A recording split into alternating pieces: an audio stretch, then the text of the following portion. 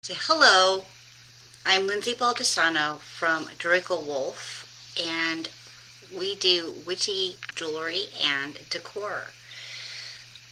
But today uh, I wanted to talk about some of the sacred geometry behind some of our specialty resin boards that can be used as wall mounts or as, laid on the table kind of altar pieces. And they're both interlinked.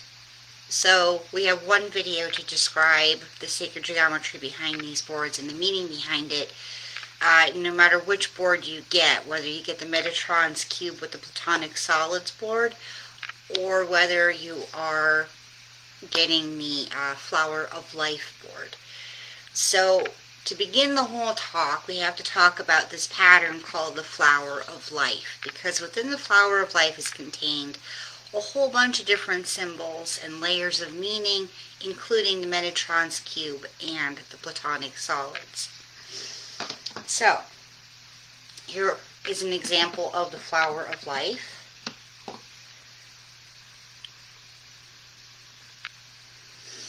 And the flower of life is this circular pattern with the different flower petals within it. That's why it's called the flower of life. And when we're looking back at history and where this symbol came from, sometimes we see the whole pattern. Sometimes we just see the base of the flower of life with the circle with the 6 petals in it, like right here, this part. Sometimes we just see the petals, the 6 petals. And it depends on what historical example you're talking about, which part of the tree of life we're talking about. And it's hard to say what it meant during very ancient times. Simply because they didn't bother to, sit down and write down every little meaning behind the things that they might have put on walls of temples or in the pyramids. We can kind of pick up on the context of a motif like this. If there is writing, if there is some kind of sacred text, written near it or next to it, we can pick up on the context there. But it's hard to know the specifics. But it's such a pervasive pattern that over time, this has been used and expanded upon, like way up into the Renaissance with Leonardo da Vinci and his Vitruvian Man. And it's fascinated natural scientists and hermeticists for thousands of years. I mean, it's been found that the golden ratio is contained within this. And so it's very layered and very deep meaning behind just this pattern. Now, on these particular boards here, what you find going up the middle here, those are not part of the flower of life. Those are the 7 chakra points from the Vedic texts. And I have painted them the appropriate colors for the chakra points. So, here, a little bit of history behind the pattern. The oldest example of it is found in the Temple of Osiris, of course, in Egypt, and it's believed to be around 6,000 years old. But examples of this pattern are also found in China, Israel, Japan, India, in Phoenician artifacts, and in Assyrian artifacts. And of course, it was a huge philosophical pondering point in Renaissance Italy and Renaissance Europe. And it's also found in some of the Hellenic, so ancient Greek ruins in Turkey.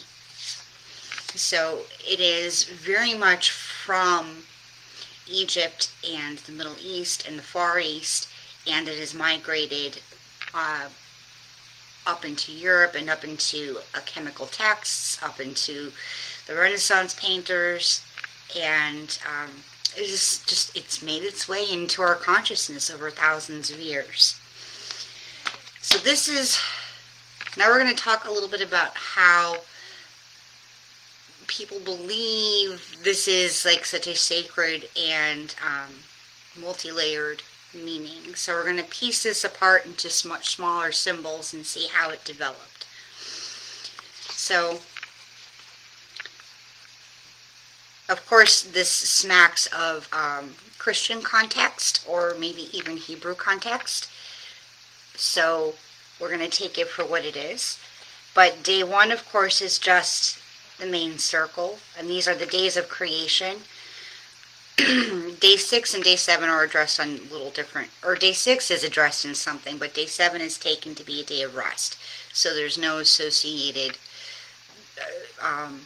symbol for it, or it's just maybe a further repetition of day 6. So we have day 1, 1 circle, day 2, 2 circles. So we're adding circles of life, circles of creation, energy matrixing for each of the days of creation to create that base pattern. So on day 6 you get the base flower, and then it's extended outward with a couple more circles, and that is called the seed of life.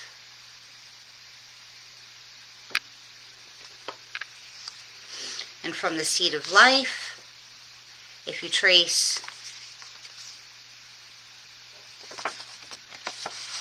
those extended circles out and take out all of the internal lines and dimensions, we get the egg of life, which is 7 circles in total.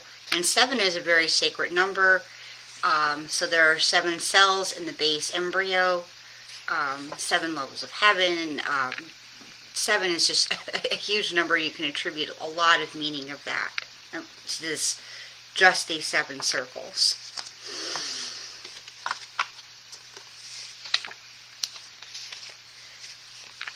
And then from the extension of that day 6, where you're adding more and more interlacing circles, you find the fruit of life within the flower of life. And from this, when you add in all the lines and all the dimensions again, and we're not just talking about circles, from this fruit of life, we get the 6-sided star. Right?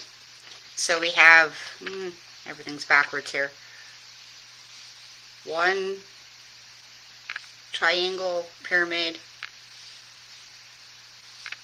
and then the second pyramid, and how they intersect. Now, the 6-sided star is incredibly important in terms of sacred geometry and in terms of just sacred symbols in general. What was I going to say something about?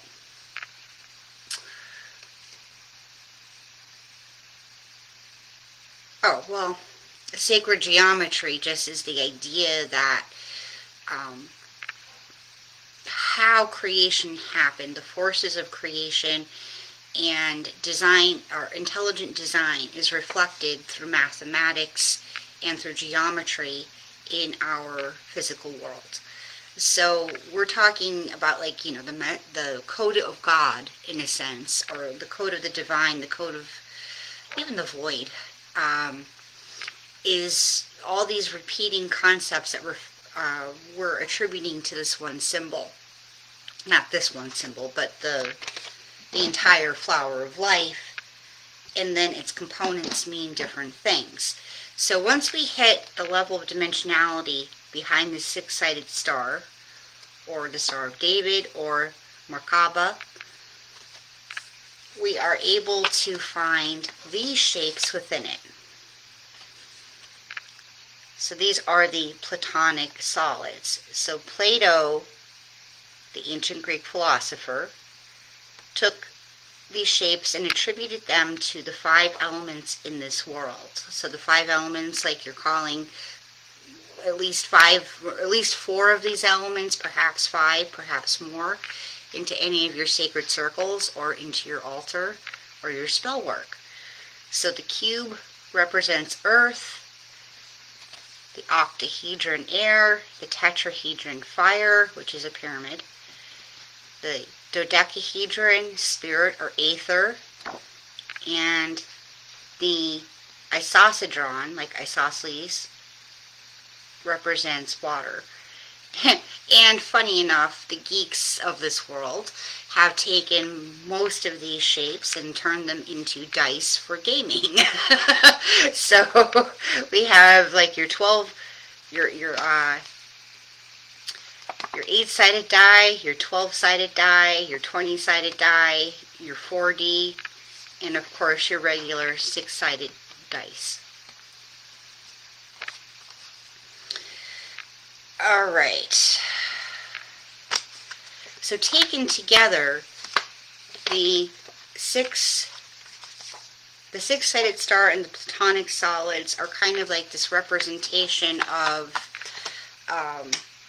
these dynamic forces at play in creation and how creation happens, the organization behind it, and it's all brought together in this idea of Metatron's cube.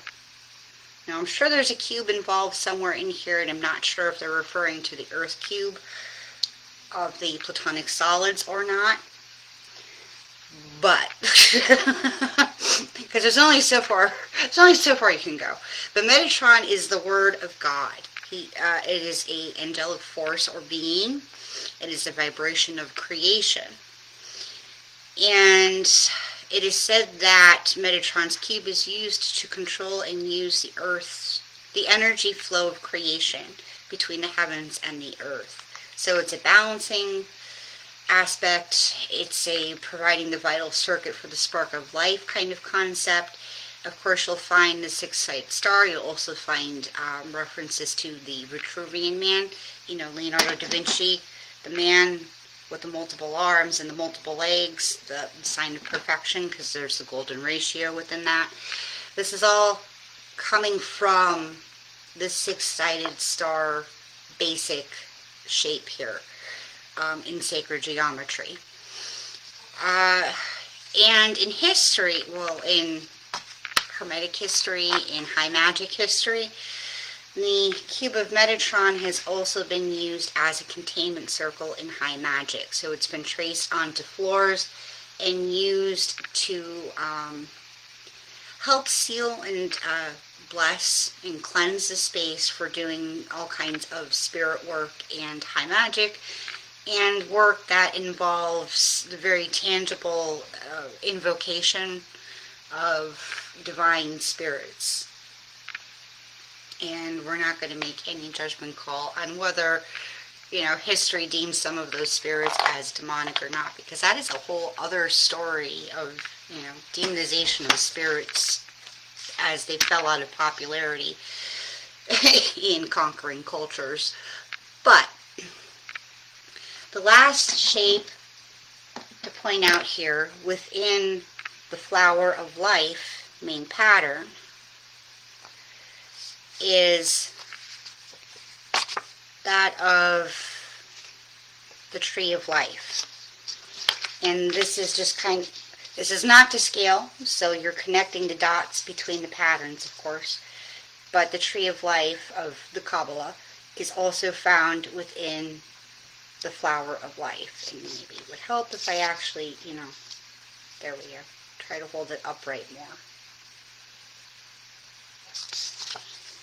So, how do you use these boards? How can these boards be incorporated into your witchy kind of practice? Certainly these kinds of energies aren't necessarily for everyday use, unless maybe we're just talking about cleansing and blessing the space, because the energy behind this beautiful sacred geometry, of course, is connected to that automatically. But for me, how I think of it is like these energies are for like the big stuff in life, for tuning into your highest self and for pulling in your highest potential, your mission, any kind of really high-level guidance, or maybe work you want to do for others where you have to invoke that kind of perfect love, perfect trust, perfect harmony. Like, what is the best solution for this situation? So really high level stuff. It doesn't have to be used on a daily basis, but if you're being called, if these symbols really seem to speak to you in a way where like you begin to see the shapes and patterns, and you begin to see them kind of move and take form in and of themselves, it's certainly something you want to consider adding to your practice. Now, just the Metatron's cube with the platonic solids in and of themselves, these make good altar pieces for any kind of pagan or earth religion, because they include, of course, the five basic elements of life. So earth, air, fire, water, and ether. And then, of course, that idea of your perfect spirit of connection between heaven and earth within Metatron's cube. So it is a perfect representation of what, you're basically setting your altar up to be anyway. It includes, female force and masculine force and the combination thereof. Now, I do make all of my boards, even the Veg Vizier, which is a runic board, in the Tarot of the Day board, as either wall-mounted or just plain flat for your table. They come with, the wall mounts come with saw hooks on the back, sawtooth hooks, so it just makes it very easy to mount on a wall. And for the Tarot of the Day board, when I do have it mounted, I do have some kind of clip on the front or some kind of plastic sleeve on the front to put the card in to keep it safe and secure. Nothing else really needs that. Like, you'd have to take this off the wall to use it as a crystal grid anyway. So there's no easy way for me at this point that I can see to make like little pockets to put crystals in. Unless, of course, you just want to glue some crystals onto it, which is perfectly fine. So one of the biggest uses, other than just, eye candy for your altar, of course, is the idea of turning these into crystal grids. Not turning these, but using these as crystal grids. And using different points and different shapes within, or using the stones to highlight different shapes within and different connection points. Can't really see that too well, but I don't want to drop the rocks. And of course, that works very well with Metatron's cube, where you can put, certainly stones in each of the circles on the ends of Metatron's cube, and maybe even little tealites over each of the platonic solids, as you call your quarters, plus ether. So these boards really do provide a wonderful foundation for any kind of witchy practice, even if you are a more folky kind of witch or a green witch. These energies are useful for any kind of magic because it's helping you connect to the forces of creation, the forces of deity, the forces of conscious and unconscious and collective knowledge out in the world. All right. I think that's all I have to say about that. Let me know if you have any questions or if you want to see anything added to these videos in the future. You can just contact me at shop@dracowolf.com.